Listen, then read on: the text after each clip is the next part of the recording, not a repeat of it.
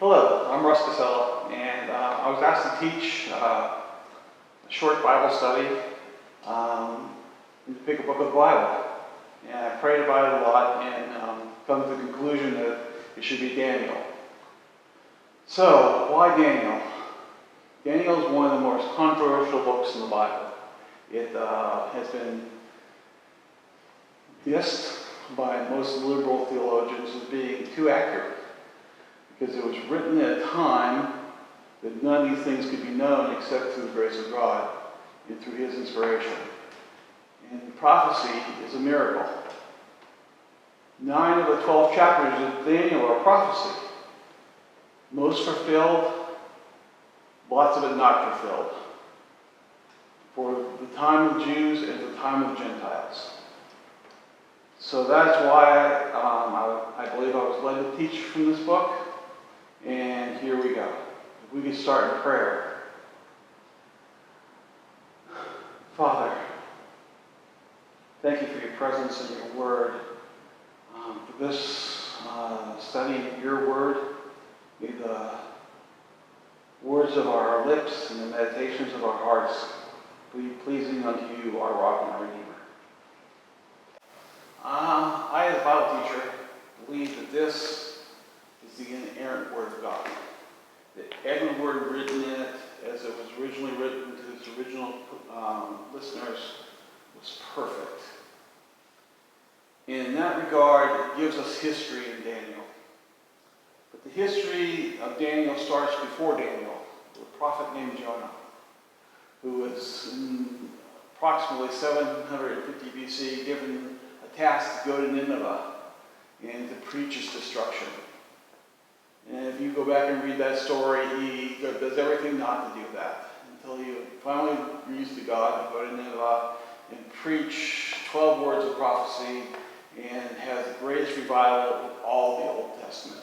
The entire city of Nineveh believes, and that really ticks Jonah off.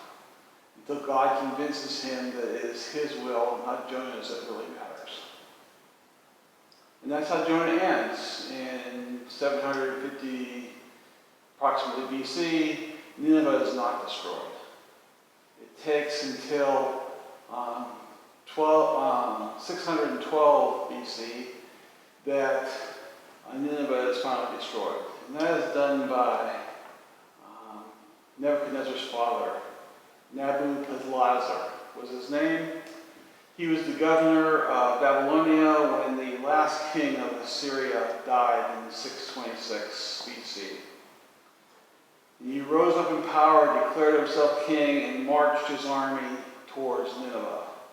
And in 612, he destroyed Nineveh and his king and leveled the city to fulfill God's prophecy.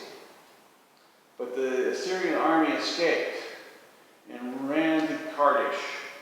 And as Nebuchadnezzar followed him, he turned over the reins of his army to his son, Nebuchadnezzar. Nebuchadnezzar is a man that God raised up to be his judgment on Judah. So as he goes towards I'm going to butcher these words, but Carmodish, the city in western Babylon, he meets the army of the Assyrians there, who have been joined by the army of the Egyptians under Necho II, and he crushes them both. And as the Egyptians flee back to Egypt, Nebuchadnezzar follows them and lays siege to a city called Jerusalem. He crushes the Egyptians and makes them vassals. He sieges and takes the city of Jerusalem under Joachim. And as he departs Jerusalem to go back home to Babylon, he takes with him the pride of the Jewish people. And that's where we take off in Daniel. In the 3rd year of the reign of Jehoiakim, king of Judah, Nebuchadnezzar, king of Babylon, came to Jerusalem and besieged it. And the Lord gave Jehoiakim, king of Judah, into his hand. with some of the articles of the house of God, which he carried into the land of Shinar, to the house of his God. And he brought the articles into the treasure house of his God. Then the king instructed Ashpenaz, the master of eunuchs, to bring some of the children of Israel, and some of the king's descendants, and some of the nobles, young men in whom there was no blemish, but good-looking, gifted in all wisdom, possessing knowledge and quick to understand, who had ability to serve in the king's palace, and whom they might teach the language and literature of the Chaldeans. So, in this group of people is a man named Daniel. He and his companions were probably between 15 and 19 young men. They were hauled off to Babylon. They were made eunuchs. They were placed in the sea of learning of Babylonians and fed through the king's table itself. And the king appointed for them a daily provision of the king's delicacies and of the wine which he drank, and 3 years of training for them, so that at the end of that time they might serve before the king. So, they are brought back to Babylon. They are placed in a place of learning, and they're given the finest food and the finest education in the land. Nebuchadnezzar, he's a shrewd politician, a great diplomat, a fantastic engineer, and a general without peer. And these are all gifts of God that he's going to learn over the next couple chapters in this Bible.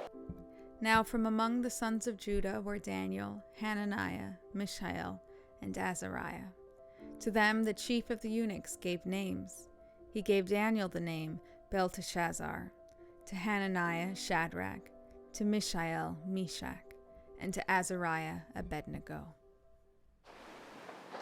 Now Daniel in his heart felt that he shouldn't contaminate himself with the king's food. Now these are 60 to 100 Jewish noblemen, educated thing, and only 4 of them decide not to defile themselves with the king's food. So he goes to the chief of the eunuchs and asks that they not eat the king's food, that they be given simple grains and foods and fruits and vegetables and water and not wine. And the chief of the eunuchs was made sympathetic to Daniel, but he still was worried about what will happen to these young men if I don't give them the king's food. What if they get skinny and weak and the king will have his head for that? And he says as much to Daniel. But Daniel said to the steward and the chief of the eunuchs who were set over them, please test your servants for 10 days. Give us a 10-day trial. We'll eat what we want, and in 10 days you can tell if we're going to be as fair as the other children, young men. At the end of the 10 days, verse 15, the features appeared better, fatter in flesh than all the young men that had the king's portion. And the steward took away their delicacies and wine and fed them what they wanted. These young men stood on principle in a foreign country under a foreign king. They stood with God. They looked back at their history and the prohibitions God had on what they should eat. They were under the Mosaic law, and they chose to follow God and not the king. No get along to get along. No go along. No bequeathing their heritage to follow a new one. So God granted them wisdom. Just as he granted Solomon wisdom, they became the most learned and the most well-educated of all the children of Israel that were led into captivity. Now at the end of the days, when the king had said that they should be brought in, the chief of the eunuchs brought them before Nebuchadnezzar. Then the king interviewed them, and among them all none was found like Daniel, Hananiah, Mishael, and Azariah. Therefore they served before the king. And in all matters of wisdom and understanding about which the king examined them, he found them 10 times better than all the magicians and astrologers who were in all his realm. He found them 10 times better than all the magicians and astrologers of his realm. Thus Daniel continued until the first year of King Cyrus. So we have Daniel taken out of Judah, placed in Babylon, and now is going to be a high minister in the court of Nebuchadnezzar, and he's going to serve in that position through all the kings of Babylon, through the first 2 kings of the Medo-Persian Empire that's going to follow afterwards.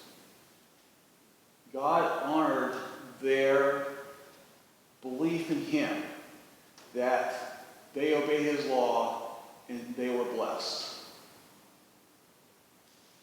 Now Daniel had one other gift. If we go back to 17, of these 4 young men, God gave the knowledge and skill and literature and wisdom, and of Daniel, the understanding of dreams and visions. This is in the time frame, around 600 BC, where the Bible is still being written. God still speaks in dreams and visions. Even in the time of Christ, God will speak to Joseph in dreams, to tell him to take Mary as his wife. He used the interpretation of dreams and visions to bring Joseph to power in Egypt. And he's done the exact same thing with Daniel. He's given him the power to interpret and understand dreams and visions. And in that regard, write the rest of this book that is encoded into to God's holy book.